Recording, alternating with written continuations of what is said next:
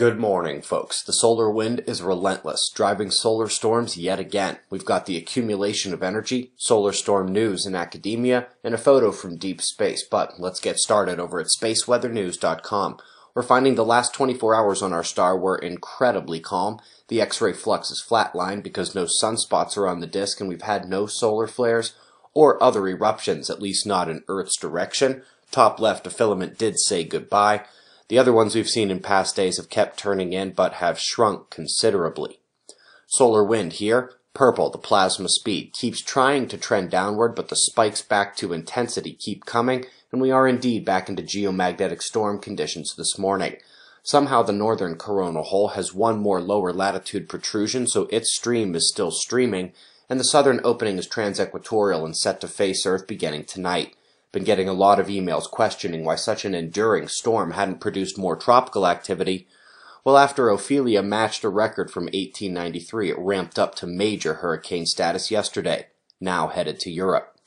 You might recall October 7th we shared a number of southern hemisphere articles on solar storms, including this from New Zealand, describing how the man-made transmission lines had overtaken the lithospheric magnetism as the path of least resistance.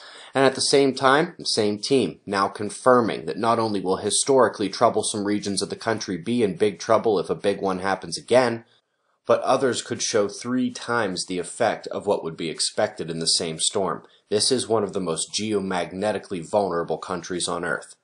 I also wanted to drop this article in here. I'm aware many of our viewers take issue with planetary formation processes in the mainstream science, and I would strain to say I disagree in total. I just happen to think this is one of the best young system photos any observatory has ever taken. 2 things to watch for today. ESO is making a major announcement about a deep space phenomenon never seen before. Ignore some of the crazy speculation you might be hearing online. It's the ESO, and they said it's astronomical, so that's a huge clue what they're going to be talking about. Also, folks, the first year of earthquake forecasting ended yesterday. Special video coming up later. Top quake of the year indeed went to Mexico. We've got wind maps, null school run, and shots of our star to close. We'll do this all again tomorrow, right here, but right now it's 5:35 a.m. in the new Valley of the Sun. Eyes open, no fear. Be safe, everyone.